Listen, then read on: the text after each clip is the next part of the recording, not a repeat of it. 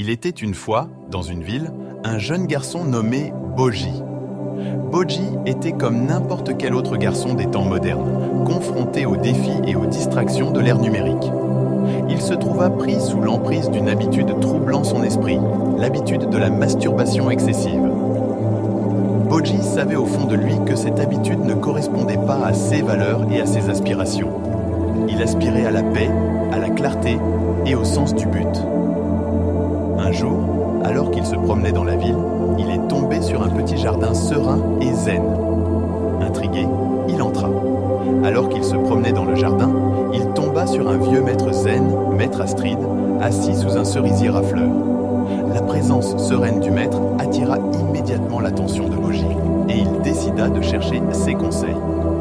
Maître Astrid dit respectueusement à Boji: « Je lutte contre une habitude qui consomme mes pensées et mon énergie. Je veux arrêter l'habitude de la masturbation, mais je trouve cela incroyablement difficile. Guidez-moi s'il vous plaît. » Maître Astrid sourit chaleureusement et fit signe à Boji de s'asseoir à côté de lui. « Mon cher garçon, le chemin pour surmonter toute habitude réside dans les profondeurs de votre propre être, dit-il.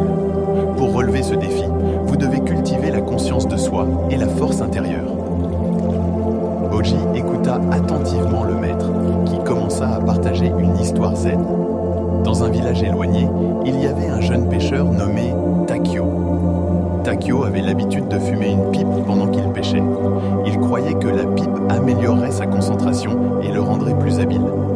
Cependant, la fumée le distrayait souvent, faisant des douces ondulations à la surface de l'eau des signaux des poissons en dessous. Un jour, un vieux pêcheur sage visita le village. Il remarqua l'habitude de Takio et s'approcha de lui en lui disant: « Jeune homme, souhaitez-vous vraiment devenir maître pêcheur ?» Takio répondit avec empressement: « Oui, monsieur. » Le vieux homme prit doucement la pipe des mains de Takio et la jeta dans la rivière. Takio était abasourdi, mais demanda: « Qu'en est-il de ma concentration ?»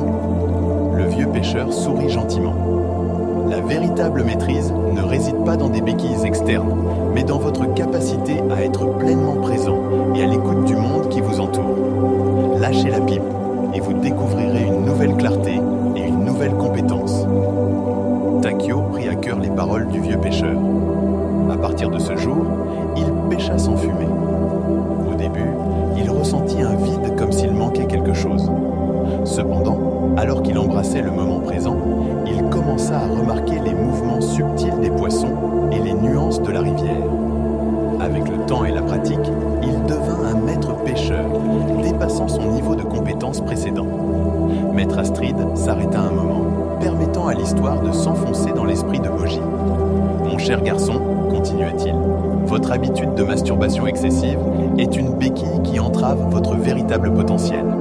En abandonnant cette habitude, vous vous ouvrez à la possibilité de redécouvrir votre clarté et votre objectif inné. » Boji sentit une lueur d'espoir en lui. Il comprit que renoncer à l'habitude de la masturbation n'était pas une question de dépression ou de culpabilité, mais d'adopter un mode de vie plus authentique. Sous la direction de Maître Astrid, Boji se lança dans un voyage de découverte de soi et d'autodiscipline. Il apprit à réorienter son énergie et à se concentrer sur des activités qui nourrissaient son esprit, son corps et son âme. Il cultiva de nouveaux passe-temps, passa du temps dans la nature, pratiqua la pleine conscience et s'entoura d'influences positives. Les jours se transformèrent en semaines et les semaines en mois. Peu à peu, Boji remarqua qu'une transformation profonde s'opérait en lui. L'emprise de l'habitude se desserra et il ressentit un sentiment croissant de paix intérieure et d'épanouissement. Un soir, alors que Boji était assis près du cerisier en fleurs avec Maître Astrid, il ne put contenir sa gratitude.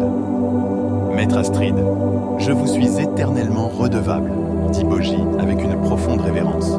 « Votre sagesse et vos conseils m'ont aidé à surmonter l'habitude qui tourmentait ma vie.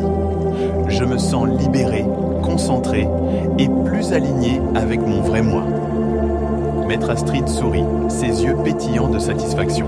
« Mon cher Boji, vous avez le courage d'affronter vos défis et la détermination de chercher une meilleure façon de vivre. N'oubliez pas que la véritable maîtrise est un voyage de toute une vie et chaque pas que vous faites vers l'amélioration de vous-même est un pas vers la réalisation de votre plein potentiel.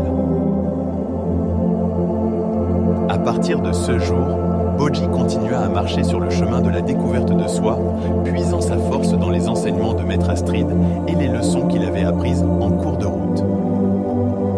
Chaque jour qui passait, sa paix intérieure devenait plus forte et son objectif devenait plus clair. L'histoire de Boji nous rappelle que se libérer de toute habitude nécessite une conscience de soi, de la discipline et un profond désir de croissance personnelle. En embrassant le moment présent, en nourrissant nos esprits, nos corps et en recherchant les conseils d'un sage mentor, nous transcendons nos limites et embarquons pour un voyage de maîtrise de soi. Puis, sur nous tous, trouver le courage d'affronter nos propres défis, d'abandonner ce qui ne nous sert plus et de découvrir le potentiel infini qui sommeille en nous. Merci d'avoir regardé et soyez bénis. Et surtout, n'oubliez pas de vous abonner et activer la cloche de notification pour ne plus rater aucune de nos vidéos.